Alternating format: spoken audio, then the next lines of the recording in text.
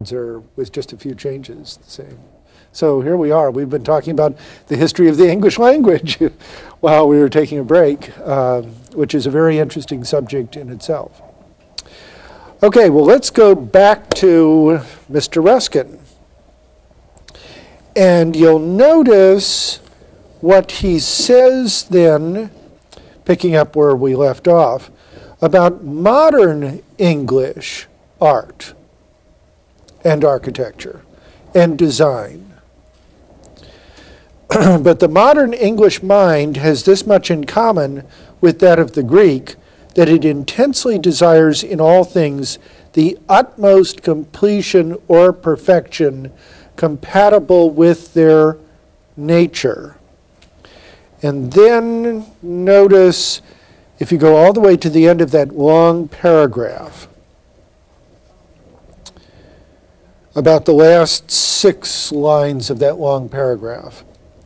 You can teach a man to draw a straight line and to cut one, to strike a curved line and to carve it, and to copy and carve any number of given lines or forms with admirable speed and perfect precision, and you find his work perfect of its kind.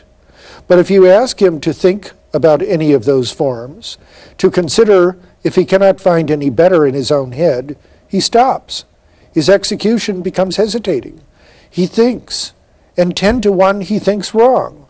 10 to 1 he makes a mistake in the first touch he gives to his work as a thinking being.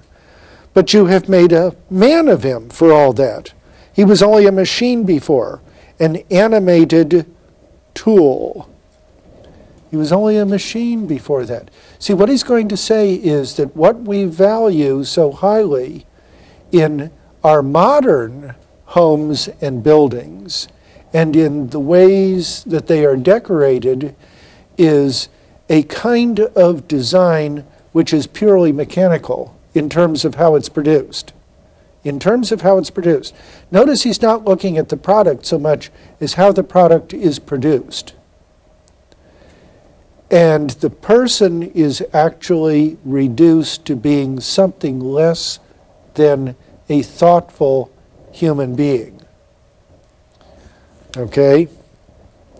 And observe, he goes on, you are put to stern choice in this matter. You must either make a tool of the creature or a man of him. You cannot make both.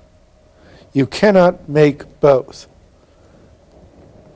Men were not intended to work with the accuracy of tools, to be precise and perfect in all their actions. If you will have that precision out of them and make their fingers measure degrees like cogwheels and their arms strike curves like compasses, you must unhumanize them. You must unhumanize them. All the energy of their spirits must be given to make cogs and compasses of themselves. Of themselves. You see, this would even be more true of people who work on assembly lines who don't get a chance to manufacture a whole work, but only a part of that work. Okay? So that from Ruskin's point of view, in the old days, let's say we're talking about a shoemaker. The shoemaker would fit you and then would design and would make the whole shoe, or pair of shoes, of course. And the shoemaker, proud of his work and of his artistry in making the work, would even put what was called his hallmark on the shoe. Now, what if you're on an assembly line and your job is simply to put in eyelets on one side of the shoe? Period. Somebody else puts the heel on the shoe. Somebody else puts the last on the shoe. Somebody else puts the center of the upper. Somebody else operates a stitching machine, and so forth. Okay? And all you do with mechanical precision all day long, day in and day out, is that. Okay? What Ruskin is saying is you take people's humanity away from them. And if we're talking about a work of art, as in the construction of a building or the decoration of a room, then we will judge the work of art by how you treat the person who produces that art. Okay, that's the sense in which his criticism of art and architecture is really a kind of critique of the cultures that produce that art and architecture. And so he goes on, a very famous passage. Look down to the next paragraph. And now, reader, look around this English room of yours. Now, we're not living in England, but you've all seen rooms like this because they were much imitated here in the United States at certain points in our history, too. Look around this English room of yours, about which you have been proud so often, because the work of it was so good and strong, and the ornaments of it so finished. Examine again all those accurate moldings and perfect polishings, and unerring adjustments of the seasoned wood and tempered steel. Many a time you have exulted over them, and thought how great England was, because her slightest work was done so thoroughly. Alas, if read rightly, these perfectnesses are signs of a slavery in our England, 1,000 times more bitter and more degrading than that of the scourged African or Helot Greek. Well, that's obviously overstating his case, but he may have a point. Let's see. Men may be beaten, chained, tormented, yoked like cattle, slaughtered like summer flies, and yet remain in one sense, in the best sense, free. Well, again, that's overstating his point, but let's see what he's up to. But to smother their souls within them, to blight and hew into rotting pollards the suckling branches of their human intelligence, to make the flesh and skin which after the worms work on it is to see God, into leathern thongs, to yoke machinery with. This is to be slave masters indeed, and there might be more freedom in England, though her feudal lord's lightest words were worth men's lives, and though the blood of the vexed husbandman dropped in the furrows of her fields, than there is while the animation of her multitudes is sent like fuel to feed the factory smoke, and the strength of them is given daily to be wasted into the fineness of a web or racked into the exactness of a line. And then he says, and on the other hand, go forth again to gaze upon the old cathedral front. Now remember, he's living in a country in which you could do that, right? I mean, we live here in Houston, and Houston isn't very old, is it? We have historical buildings that people will fight over and say, oh, don't tear down or change that historical building, and you want to find out, well, how old is that? Maybe it's 50 years old, and it's an historical building. Well, in Europe, you know, an historical site may be thousands of years old, certainly hundreds of years old.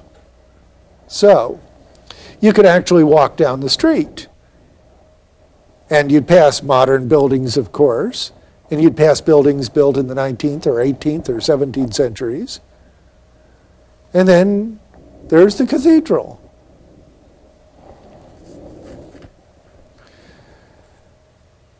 Gaze again upon the old cathedral front, where you have smiled so often at the fantastic ignorance of the old sculptors.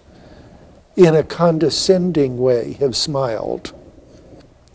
Examine once more those ugly goblins and formless monsters, and stern statues, anatomyless and rigid, but do not mock at them, for they are signs of the life and liberty of every workman who struck the stone. a freedom of thought and rank in scale of being, such as no laws, no charters, no charities can secure, but which it must be the first aim of all Europe at this day, to regain, not to gain, but to regain for her children. Let me not be thought to speak wildly or extravagantly. It is verily this degradation of the operative into a machine, which more than any other evil of the times is leading the mass of the nations everywhere into vain, incoherent, destructive struggling for a freedom of which they cannot explain the nature to themselves.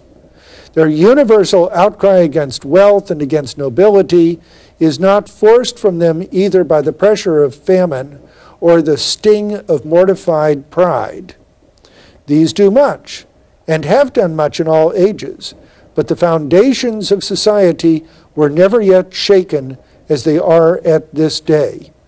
It is not that men are ill-fed, but that they have no pleasure in the work by which they make their bread, and therefore look to wealth as their only means of pleasure. Now that's actually a very interesting argument, isn't it? And we recall that this work was actually written between 1851 and 1853. What had recently occurred in European history? I mean, a great, huge event. Like 1848. Anybody know? Huge revolutionary convulsions. Political revolutionary convulsions in major cities in Europe. And tremendous fear that some kind of chaos was going to come to reign throughout Europe and civilization was going to be destroyed. Now, what is Ruskin saying? Ruskin is saying that the reason for this is the way we're treating people.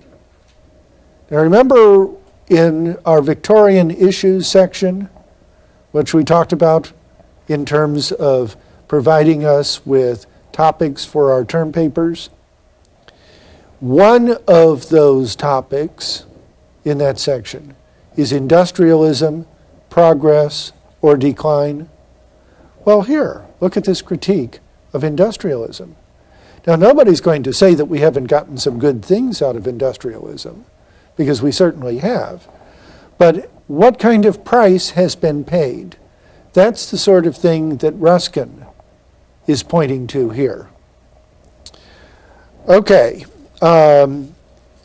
The last thing that I'd like to do with Ruskin is actually to go back to the introduction to the section on Ruskin. You know what I'm talking about? These little prefaces or forewords or headnote essays before each one of our authors. Okay? Go to the last page there, that long quotation. What I want to draw your attention to is that Ruskin did a work which was called the Coming Storm of the 19th Century. And the storm cloud of the 19th century. And this is fairly late in his life. I mean, it wasn't at the end of his life. And what he was talking about, among other things, was what we are doing to nature and to our towns and cities in terms of the ecological as well as aesthetic costs. And here we have a letter from the poet A.E. Housman, who was, as the essay here points out to us, an undergraduate at Oxford in 1877. and he's describing one of Ruskin's lectures. Okay, see where the indented passage is? Everybody with me? Okay. This afternoon, Ruskin gave us a great outburst against modern times. He had got a picture of Turner's, of course a picture of Turner's, framed and glassed. It's going to be important that it was glassed, by the way, given what he's going to do to it, representing Leicester and the Abbey in the distance at sunset over a river. Excuse me. He read the account of Wolsey's death out of Henry VIII. Then he pointed to the picture as representing Leicester when Turner had drawn it. Then he said, "You, if you like, may go to Leicester to see what it is like now. I never shall, but I can make a pretty good guess." Then he caught up a paintbrush. These stepping stones, of course, have been done away with and are replaced by a beautiful iron bridge. Then he dashed in the iron bridge on the glass of the picture. The color of the stream is supplied on one side by the indigo factory. Forthwith, one side of the stream became indigo. On the other side, by the soap factory, soap dashed in. They mix in the middle like curds, he said, working them together with a sort of malicious deliberation. See, what he's doing is he's got the painting, but it's got glass over it, so he's not ruining the painting. But he's got a paintbrush, and he's painting in what has happened to this once beautiful town. This field over which you see the sun setting behind the Abbey is now occupied in a proper manner. Then there went a flame of scarlet across the picture, which developed itself into windows and roofs and red brick and rushed up into a chimney. The atmosphere is supplied thus: a puff and cloud of smoke all over Turner's sky, and then the brush thrown down, and Ruskin confronting modern civilization amidst a tempest of applause, which he always elicits now, as he has this term become immensely popular, his lectures being crowded, whereas of old he used to prophesy to empty benches. And again, notice this too is talking about the costs of industrialism as he experienced them in his lifetime. And here we have not only the aesthetic cost, but also the ecological cost. What's happened to the beautiful river? What's happened to the beautiful sky? You see, these are polluted now. Okay, so once again, we have Ruskin as a cultural critic. Well, now let's turn over to Matthew Arnold. Matthew Arnold is also a very interesting guy. And as I was talking about education earlier, he was not only a product of one of the finest educations possible in his time and in his generation, but he also became professionally involved in education, as we shall see in just a moment. Let's see here. I'm going to get out of this. And let's see if we can escape from this. Well,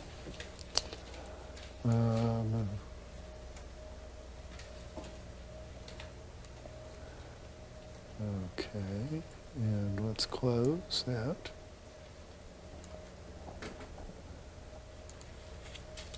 And go to Matthew Arnold. Okay. Matthew Arnold also lived to be a ripe old age. And he was, as I said, educated in the finest manner possible in his time. He went to his father's school, His father was the Reverend Thomas Arnold.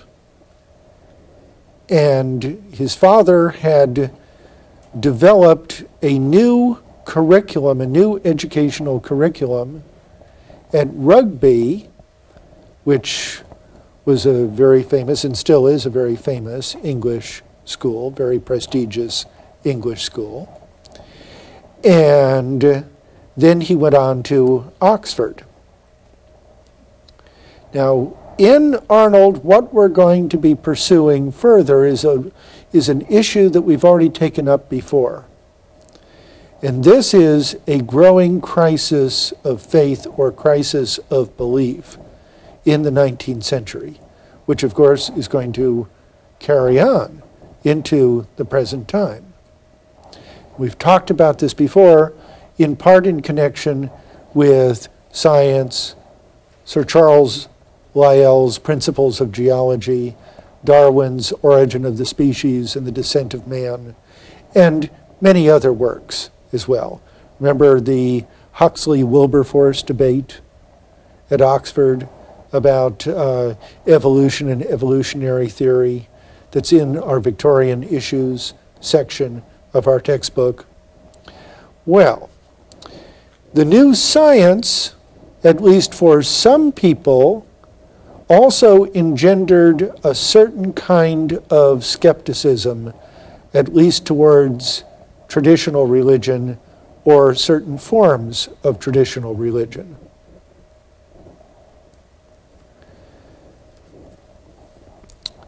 The higher criticism of the Bible, as it was called in the 19th century, was textual criticism. And by that, what I mean, or what textual critics certainly mean, is how do you establish accurately the text of the Bible?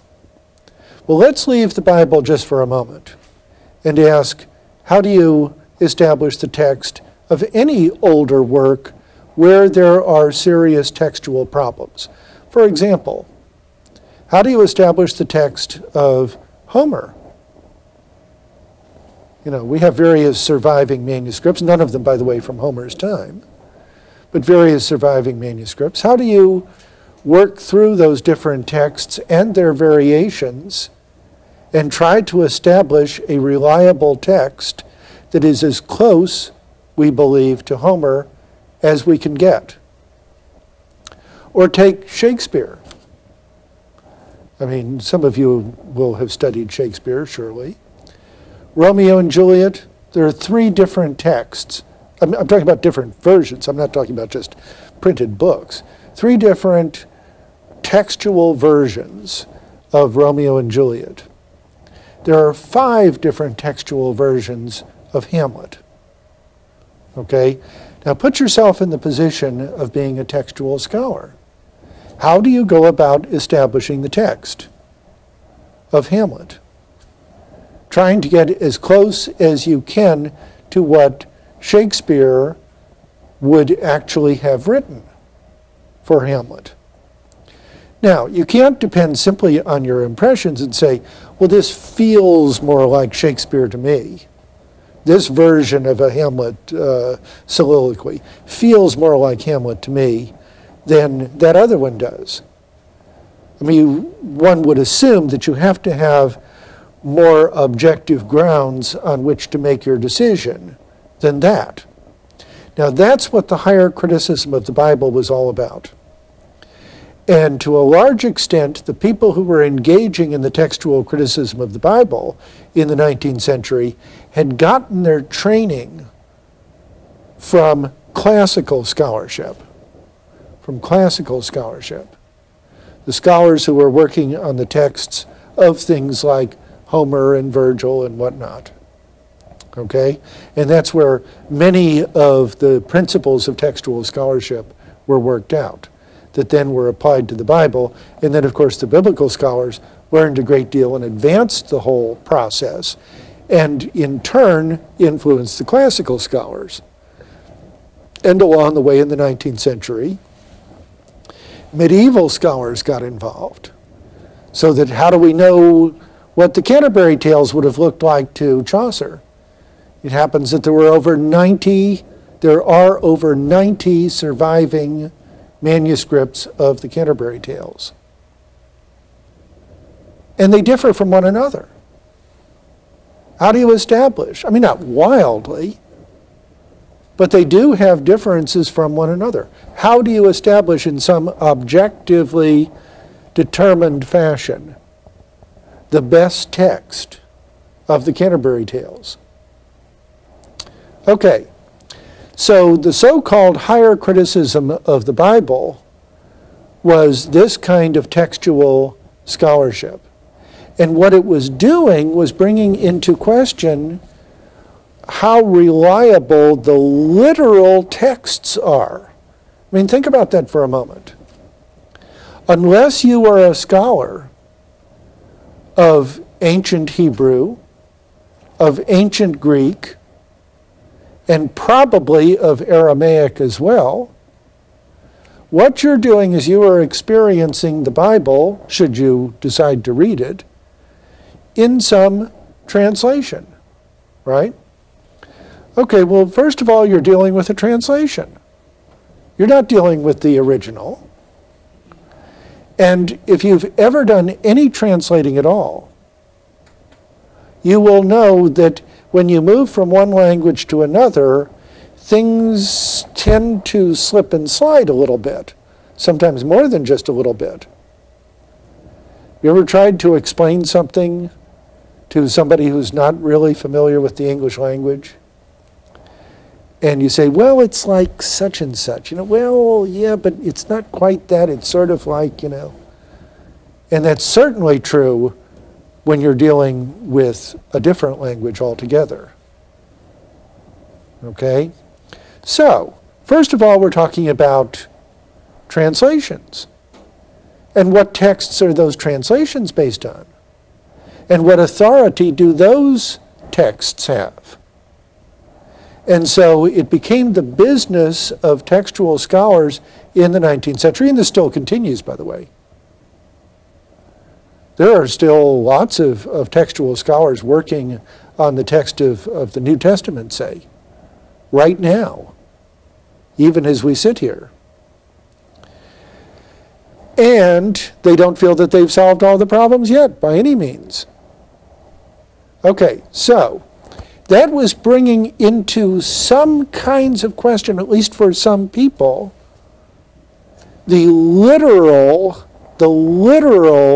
reading of the biblical text, especially when one is encountering it in a translation, which may or may not be based on a very reliable text. Okay.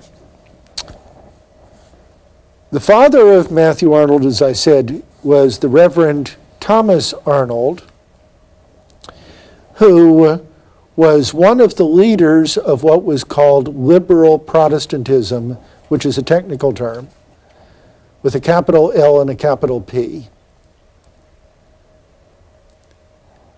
or broad church Anglicanism, the Church of England. But, there's the high church. I don't know how many of you are familiar with this or not. You don't really have to be, but I'll just sketch this in very briefly. In the Church of England, the Anglican Church, or what over here, generally speaking, we call the Episcopal Church. There's the high church. And the high church is really almost indistinguishable from Roman Catholicism, with the exception of owing allegiance, the beliefs that they owe allegiance to the Pope, which of course they don't. So, but if you look at the rituals, you look at the prayers, you look at the services, you look at the teachings and so forth, and high church Anglicanism is very, very close to Roman Catholicism. In fact, in England, it has often been called Anglo-Catholicism. We'll come back to that a little bit later on when we talk about T.S. Eliot, who described himself, the great 20th century poet, who described himself as an Anglo-Catholic. Then you have low church Anglicanism, which is really very close to, say, the Methodist church, Methodist religion. It's much more Protestant in obvious ways. I'm talking about, you walk into the church and what it looks like and the kinds of services you have and so on and so on. And then there was, in the 19th century, something in between, which was called the Broad Church. And the Broad Church tried to be much more inclusive than either the high or the low churches did. It tended to be, much less strict about what you had to believe and how you had to believe that and how you had to practice the religion and so forth. And there was a tendency, for example, in the works of Thomas Arnold, Matthew's father, and people like him, to read the Bible as a kind of ethical manual, okay, without worrying about believing in every single thing that is reported in the Bible, to say it carries within it all kinds of important ethical values and ethical truths. Okay, so this is the kind of upbringing that Arnold had. But nevertheless, there's that kind of, doubting, wanting to believe, and at the same time doubting the things that he wants to believe, which we're going to see running through his works. So let's turn to two poems, and I'm actually going to take these up in reverse order for reasons that may become apparent as we go along. First of all, stanzas from the Grand Chartreuse. Stanzas from the Grand Chartreuse.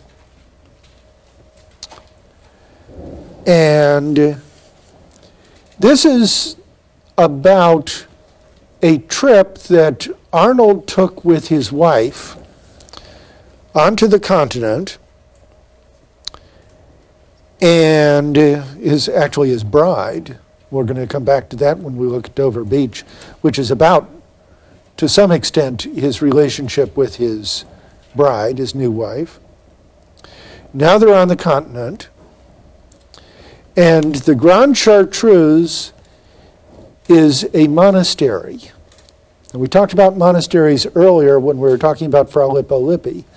And remember what the ideal of the monastic life was supposed to be. You didn't have to become a monk. So if you chose to become a monk, or if you chose to become a nun, what you were choosing was supposed to be a life in which you gave up many of the things of the world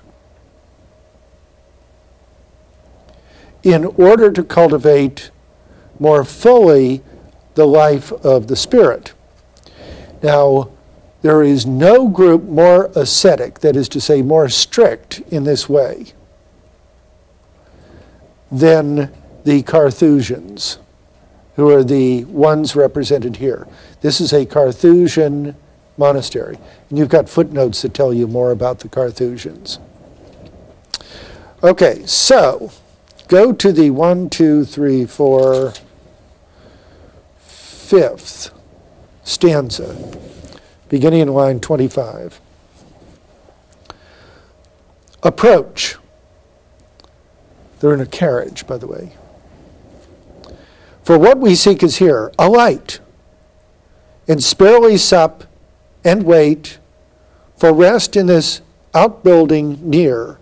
Then cross the sward and reach that gate, knock past the wicket, thou art come to the Carthusians' world-famed home. This is where the order of these very severe monks began. The silent courts where night and day into their stone-carved basins cold, the splashing icy fountains play, the humid corridors behold, where ghost-like in the deepening night cowled forms brush by in gleaming white. Cowled forms? Cowl is a kind of hood. Yeah, which can be, we have somebody with a hood who was pulling up her hood. That's what a cowl is. But the cowl you would pull forward far enough if you were one of these monks so that people couldn't really see your face. Okay?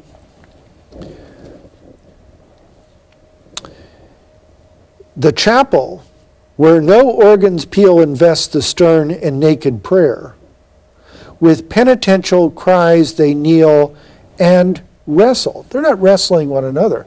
This is wrestling spiritually. Wrestling spiritually.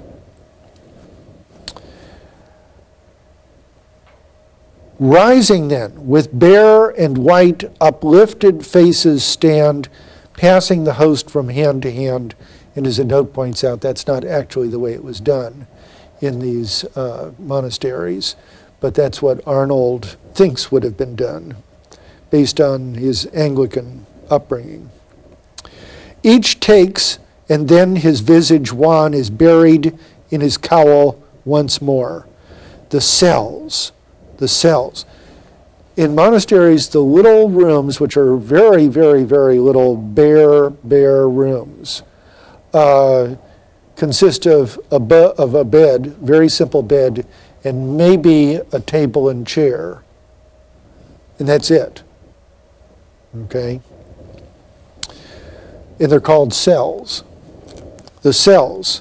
The suffering of man upon the wall. Okay? Some kind of cross or crucifix on the wall. The knee-worn floor, and where they sleep that wooden bed which shall their coffin be when dead.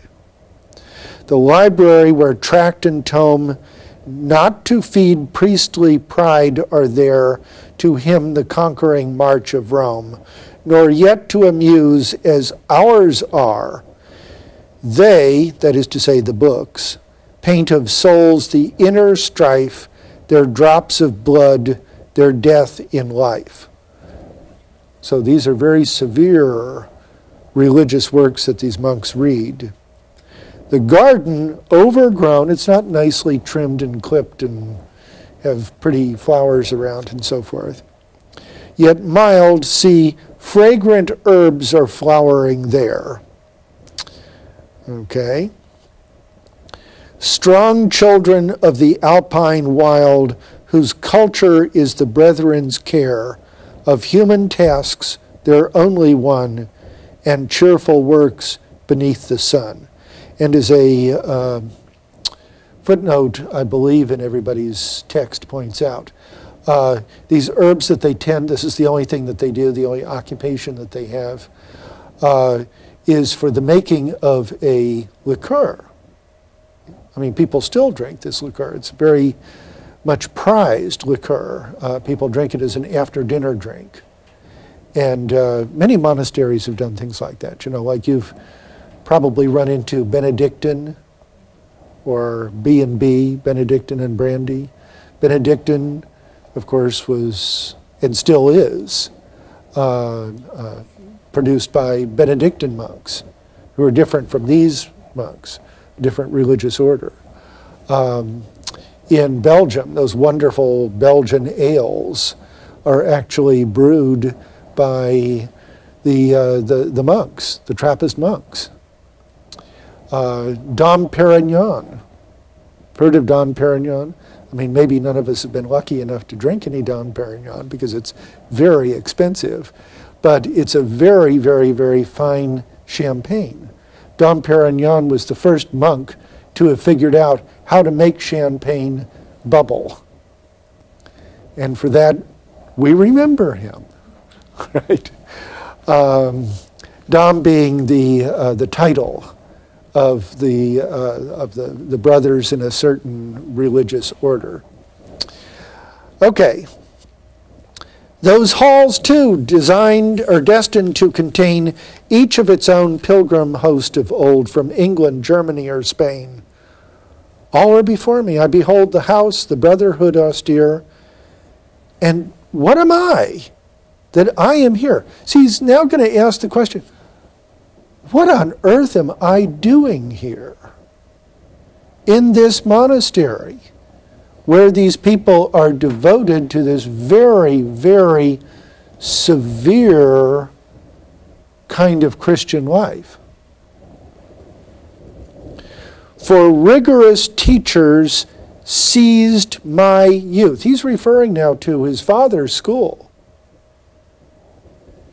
For rigorous teachers seized my youth and purged its faith. Purged its faith, washed away its faith. And trimmed its fire, showed me the high white star of truth. There bade me gaze and there aspire, even now their whispers pierce the gloom. What dost thou in this living tomb? See, his teachers have taught him to be skeptical. So why is he here? What's he doing? Forgive me, masters of the mind. English school teachers are usually referred to as masters or as mistresses. At whose behest I long ago so much unlearnt, so much resigned. In other words, you taught me to unlearn things. And in particular, he's referring to religious belief. I come not here to be your foe. He's addressing now his teachers. I seek these anchorites. Anchorites, that's a certain kind of monk. I don't want to get into a lecture on monasticism here, but it's a certain kind of monk. And these are monks who originally would live in lives of seclusion. Not in ruth to curse and to deny your truth. You see, I'm not trying to get back at you. That's not why I'm here. I'm not trying to get back at my teachers. Not as their friend or child I speak, but as on some far northern strand, thinking of his own gods, a Greek in pity and mournful awe might stand before some fallen runic stone, for both were face and both are gone. He said, you know, I'm like, what if there were some Greek who went up into northern Europe, where the Germanic and Scandinavian people live? And you can still find in some parts of Scandinavia rune stones, large, some of them very large, I mean, larger than any of us, stones on which are carved runes, which was a form of lettering system. Not the same as our alphabet, but it's a kind of alphabet system. And often enough, not always, but often enough, these were religious. But in the old religion of these northern Germanic peoples.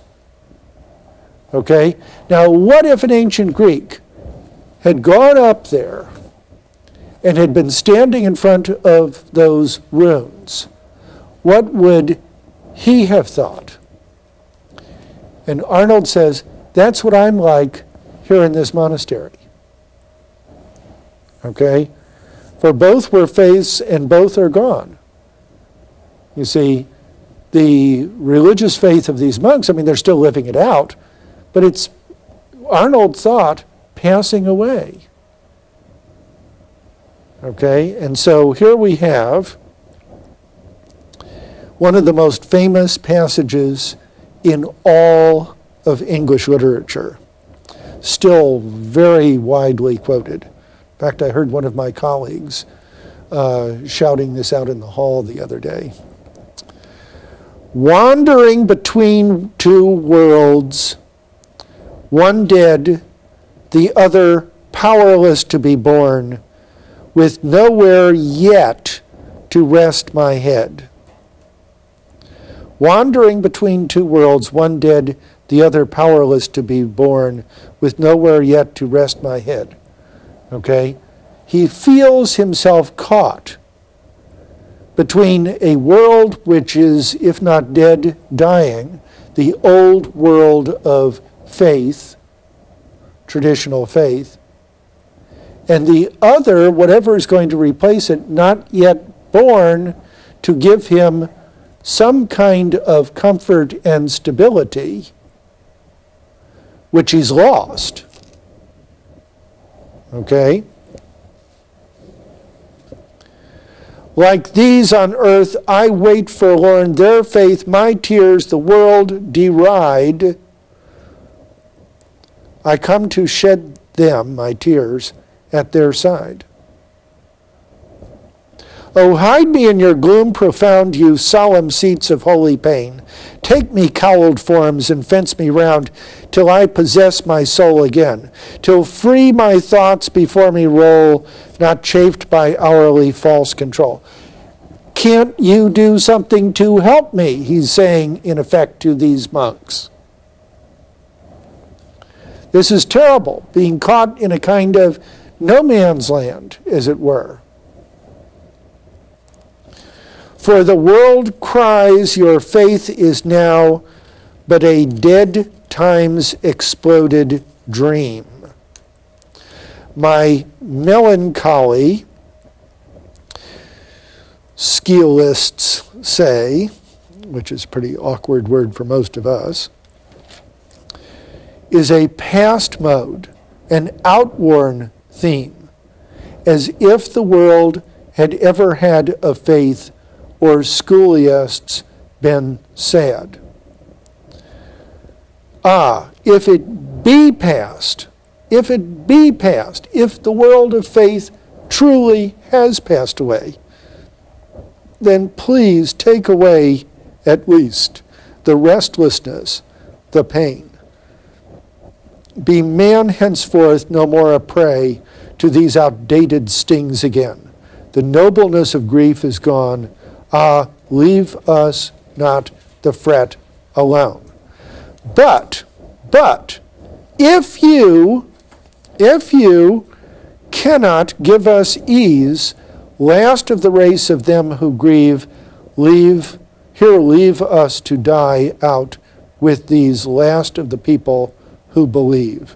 Silent while years engrave the brow, silent the best are silent now. Okay, by the way, these monks took a vow of silence, so that the only time that they would give voice to anything would be in chanting in church.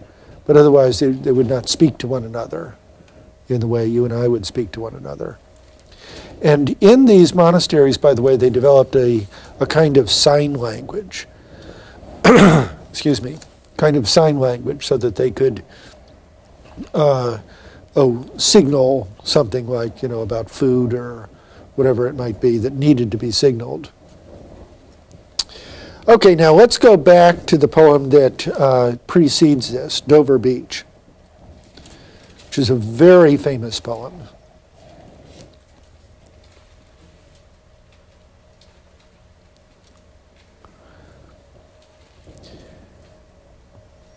You know the White Cliffs of Dover? Okay. Dover is right there on the southeastern part of England, and it overlooks the Channel, the English Channel. And it's the shortest distance between the coast of England and the coast of Europe, continental Europe, so that's where the ships used to go, between Dover and Calais in France. Okay? So here he is. And by the way, he's just gotten married in this poem. The sea is calm tonight. The tide is full. The moon lies fair upon the straits. On the French coast, the light gleams and is gone. See, these are lights that might flash and then they're gone. It's only 26 miles, as I recall. Isn't that right? From Dover to Calais, across the water now. I'm talking about straight across. And so, at night, you would be able to see a light, if the light were bright enough, across that stretch. Gleams and is gone. The cliffs of England stand glimmering and vast out in the tranquil bay. Come to the window. He's turning now to his bride. Come to the window. Sweet is the night air, only from the long line of spray where the sea meets the moon-blanched land, listen. Listen, you hear the grating roar of pebbles, which the waves draw back and fling at their return up the high strand, begin and cease, and then again begin, with tremulous cadence slow, and bring the eternal note of sadness in. And all of a sudden something's changed, hasn't it? We've had a description of the night as he's looking out his window, overlooking the sea. But now notice that the movement of the waves and the pebbles that are thrown up onto the shore and then dragged by the tide out into the sea again and again and again brings a note of sadness in. You know, I sometimes wonder, what was Mrs. Arnold thinking at this point? You know, I mean, they're on their honeymoon. Well, Sophocles long ago heard it on the Aegean. Okay, the other end of Europe. Sophocles, the great Greek playwright, who was a writer of tragedies, by the way, not of comedies, but of tragedies, such as Oedipus the King. Sophocles long ago heard it on the Aegean, and it brought into his mind the turbid ebb and flow of what? Of human misery, which of course is the stuff of his tragedies. We find also in the sound a thought, hearing it by this distant northern sea. The Aegean is in the south, okay, where a Greek would hear it. Arnold is hearing the same sound, but here in the north of Europe. And now notice this thought becomes the sea, but the sea now is the sea of faith. The sea of faith was once too at the full, and round earth's shore lay like the folds of a bright girdle furled. But now I only hear its refers back to sea of faith, its melancholy, long withdrawing roar. The tide going out, right? When the tide comes up, the water comes up, right? So the sea of faith was once too at the full round earth's shore. But now notice the sea of faith is ebbing. It is retreating as the tide goes out. Retreating to the breath of the night wind down the vast edges drear and naked shingles of the world. Ah, love, he turns to his wife, his bride. Let us be true to one another. For the world which seems to lie before us like a land of dreams, so various, so beautiful, so new, hath really neither joy nor love, nor light, nor certitude, nor peace, nor help for pain. You know, again, you wonder what Mrs. Arnold is thinking at this point. Come on, Matthew, lighten up a little. And we are here as on a darkling plain, swept with confused alarms of struggle and flight, where ignorant armies clash by night. There are some famous descriptions, by the way, of ancient warfare in which the sun would go down and people were still fighting. And of course, what happens if you're in a battle and you're fighting and it's now dark, you can't see who's who, right? And so you're simply flailing around, and you may hit your buddies, or they may hit you.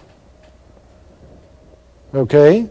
That's what we're talking about with ignorant armies clashing by night. Okay, so we are here as, in the sense of as if, on a darkling plain, swept with confused alarms of struggle and flight, where ignorant armies clash by night. Why? Because the sea of faith has gone out. What do we have left to hold on to? Love, let us be true to one another. For the world which seems to lie before us like a land of dreams, so various, so beautiful, so new, hath really neither joy, nor love, nor light, nor certitude, nor peace, nor help for pain. We don't have anything to hold on to that is certain unless we have one another to be true to. And that's it. This is not, by the way, one of your most upbeat poems. So, notice how this fits, though, with the stanzas from the Grand Chartreuse. Now, it happens that the stanzas from the Grand Chartreuse actually were composed after Dover Beach, but I thought it might make more sense to do them in the order that we did, because what stanzas from the Grand Chartreuse does is introduce us to the predicament that Arnold feels he is in. He wants to believe, he wants the sea of faith, and yet he's been taught and has come to accept, apparently, at least in part, that that sea of faith is no longer there, or at least that it is receding. And so what does he have left? He has only his wife, and she has really only him to hold on to. Well, okay. Arnold did other things as well. Arnold was very full of the idea that, as Ruskin said, that there was a crisis in modern culture. By modern here, I'm talking about the middle, roughly the middle of the 19th century. And he wrote a number of works, one of them being Culture and Anarchy, but a number of other works as well, in which he attempted to define what he meant by true culture. And what he was talking about was giving people an education, and the right kind of an education. Now, he was not himself a teacher in his earlier years, but for about 30 years or so, he was an inspector of schools. Now, what that meant was he went around from school to school to school to school, and he checked up on their curriculum, what they were teaching, how they were teaching it, what kinds of effects this was having on the students, and so forth. And so professionally, he became deeply involved in education and very concerned about what was being accomplished by education. And for him, it was not simply the imparting of facts, facts, facts, as we saw with Mr. Gradgrind, remember, in Dickens' Hard Times, but rather certain kinds of values, certain kinds of cultural values, so that the truly cultivated person, as cultivated by education, should be, according to Arnold, broad-minded, willing to consider various points of view. One of the things that he despised, that he felt in many of his contemporaries, was that they were too narrow-minded. They were too narrow-minded. They were not sufficiently open to alternative points of view, to other views beside their own. And he also thought that these qualities of culture could be best promoted through the study of the great classics of our literature.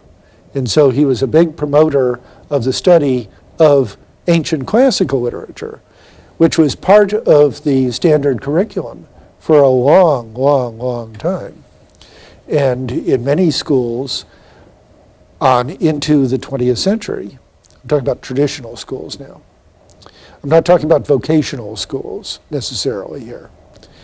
Okay, so culture and anarchy, we have a choice.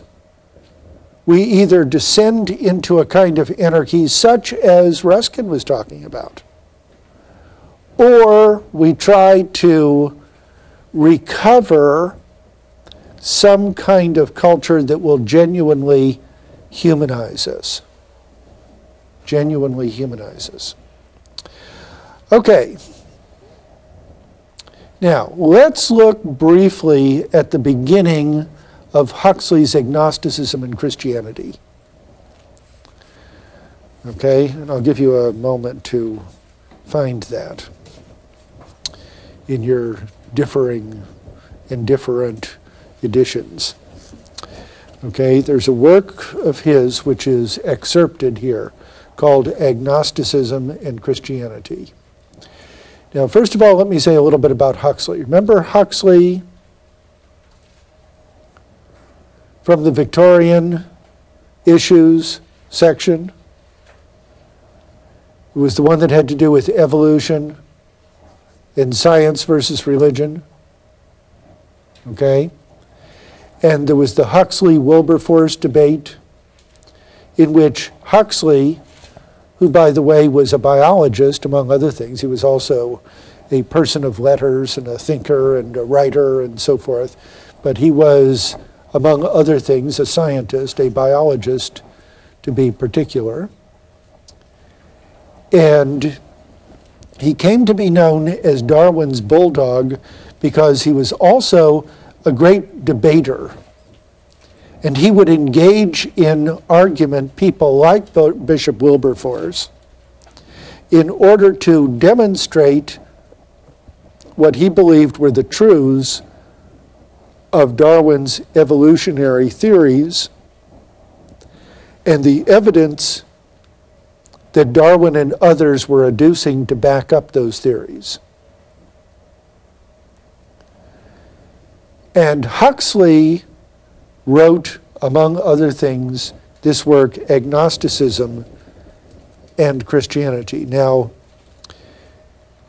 he says, the present discussion has risen out of the use, which has become general in the last few years, of the terms agnostic and agnosticism. Okay, and as the note points out, the term really was coined by Huxley. Okay, and what the word agnostic literally means is not knowing. Not knowing. And what he's going to say is that the agnostic is someone who does not claim to know what he does not really know. Okay? So he goes on and he says, you know, agnostics have been charged with being infidels in religion, for example. And he says, well, that's not really what I mean by this. And so go down about 8 or 9 lines into that paragraph. And he says, I say that agnosticism is not properly described as a negative creed, nor indeed as a creed of any kind, except insofar as it expresses absolute faith in the validity of a principle, which is as much ethical as intellectual. This principle may be stated in various ways, but they all amount to this: that it is wrong for a man to say that he is certain of the objective truth of any proposition unless he can produce evidence which logically justifies that certainty. Okay? That you cannot say that you are objectively certain of anything as objectively true for which you cannot provide logical argument based on evidence, on actual evidence. This is what agnosticism asserts. And in my opinion, it is all that is essential to agnosticism. That which agnostics deny and repudiate as immoral is the contrary doctrine, that there are propositions which men ought to believe without logically satisfactory evidence, and that the reprobation ought to attach to the profession of disbelief in such inadequately supported propositions. Okay, so what he is saying then in the next paragraph is that agnosticism is not and cannot be a creed except insofar as its general principle is concerned. Yet the application of that principle results in the denial of or the suspension of judgment concerning a number of propositions respecting which our contemporary ecclesiastical, church, right? The Greek word ecclesia was taken over by the early Christians and used for church. Gnostics profess entire certainty. Okay, so what he's talking about in the next paragraph, second sentence of the next paragraph is, I do not very much care to speak of anything as unknowable. What I am sure about is that there are many topics about which I know nothing, and which, so far as I can see, are out of reach of my faculties. But whether these things are knowable by anyone else is exactly one of those matters which is beyond my knowledge. And he goes on in this vein, but what he's actually saying is that the agnostic is one who, when faced with an instance of something being asserted to be true, and he does not have the evidence on which to construct a logical argument that it is indeed true, that what is claimed to be true is indeed true, then he says, I simply have to throw up my hands and say, I don't know. So notice the agnostic is not an atheist. I'm talking about religion now for the moment. Though you could apply this in other areas besides religion. But since he applied it to religion, let me just say that. It's not atheism because the atheist would say, there is no God. There absolutely, with certainty, I believe there is no God, or I know there is no God. The agnostic, on the other hand, says, I don't know. And I have no way of deciding one way or another. And that's what Huxley is talking about here. Okay, so notice, by the way, that atheism really didn't get very far. I mean, not that there aren't atheists around, but didn't get very far because if an atheist would claim that you can't prove the existence of God, it is equally true that you can't prove the non-existence of God. I mean, on what possible ground could you prove the non-existence of God? Okay? Now, by the way, I'm not trying to question anybody's religious beliefs here. We're talking about history here. Okay? And in the 19th century, this was a very, very big deal. And people were arguing about it all the time. Okay? Now, if you want to get some idea of how big a deal it was, I remember one time reading a newspaper account that was done in roughly the middle of the 19th century for one of the London newspapers, in which the reporter was talking about going to Victoria Station. And I don't know if any of you have been to Victoria Station. It's a train station. And it seems like every train in England, this isn't quite true, but every train in England converges on Victoria Station and then leaves from Victoria Station. It's absolutely enormous. And it's very open so that you can actually see lots of trains and lots of tracks, unlike many American train stations. But I want to emphasize the hugeness of it and how at commuting time, when people are going to work, there would be literally thousands of people in Victoria Station, transferring trains, catching trains, getting off trains, and so forth. And this reporter talks about how the latest tract of a group that were called the Tractarians, which produced religious tracts. The most famous one of the Tractarians in that movement was John Henry Cardinal Newman. Some of you may have heard of Newman. He was an Anglican clergyman and teacher and scholar and so forth, who decided to convert to Roman Catholicism and eventually was elevated to the rank of cardinal, and was very, very, very famous in the 19th century. And as a matter of fact, in universities like our own, there will typically be a Newman Center, which is where there's a Catholic chapel on the campus, or just adjacent to the campus, named after Newman. Anyway, Newman was one of the Tractarians. This is before he converted to Catholicism, and he was an Anglican minister or priest at that time. And so this reporter said that the latest tract from the Tractarians had come out, causing a great controversy. And he said, it looked as if, as I looked out over Victoria Station, it looked as if virtually everyone had a copy and was reading a copy or was talking to his neighbor about a copy of the latest tract. I mean, that was how seriously people took these things. You see, it was sort of like we might be reading the sports page, you know, or talking about an editorial on the editorial page or something or other like that in the newspaper.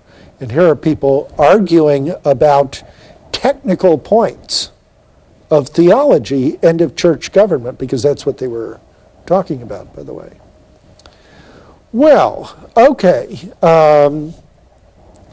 It's a different kind of world than the world that most of us occupy. And so for somebody like Huxley to come along, and Huxley was by no means alone, notice what he was doing in terms of upsetting the proverbial apple cart. And to the extent to which these kinds of ideas were being taught in the schools, then obviously the product of that kind of education was Matthew Arnold's Stanzas from the Grand Chartreuse and Dover Beach, in a sense, right? People who were no longer certain. People who are saying, here I am, halfway in between a world of belief and a world of whatever that has not yet clearly enough emerged for me to know even exactly what it is. Now let's look very quickly at a couple of poems. At least one of these we'll have time for. Hopkins was, Gerard Manley Hopkins, the poet, was a young man who was caught up in what was called the Oxford movement, which was this religious revival, and many of the younger people ended up converting, like Newman, to Roman Catholicism. To the scandal of their parents, by the way. Would have been one thing if they came home from the university saying, oh, I think I've become an atheist, and they'd say, yeah, son, you'll outgrow that. But to convert to Catholicism, well, this really seemed, really far out at the time. Well, Hopkins not only converted to Catholicism, but he became a Jesuit priest, and also a very fine poet. Now let's just look at one of his poems, God's Grandeur. The world is charged with the grandeur of God. It will flame out like the shining from shook foil. It gathers to a greatness like the ooze of oil crushed. Why do men then now not wreck his rod? Generations have trod, and all is seared with trade, bleared, smeared with toil, and wears man's smudge and shares man's smell. The soil is bare now, nor can foot feel being shod. And for all this, nature is never spent. There lives the dearest freshness deep down things. And though the last lights off the black west went, O morning, at the brown brink eastward springs, because the Holy Ghost over the bent world broods with warm breast and with bright wings. Now, we don't have enough time fully to go through this poem and analyze it. And we'll begin our next session with this poem. But notice something fundamental has changed in English poetry. I'm not saying that all of the poetry that we've been reading up to this point is very simple or very easy to read. And maybe you've had some times when you were puzzling over what's going on here? What does he or she mean here? And so forth. And that's why I've spent a lot of time going through these poems, often line by line, to try to show what the person is talking about. But notice, just on the face of it, God's grandeur. Something has happened. We are moving towards a great new cultural movement that we call modernism in literature and the arts. But more of this next time.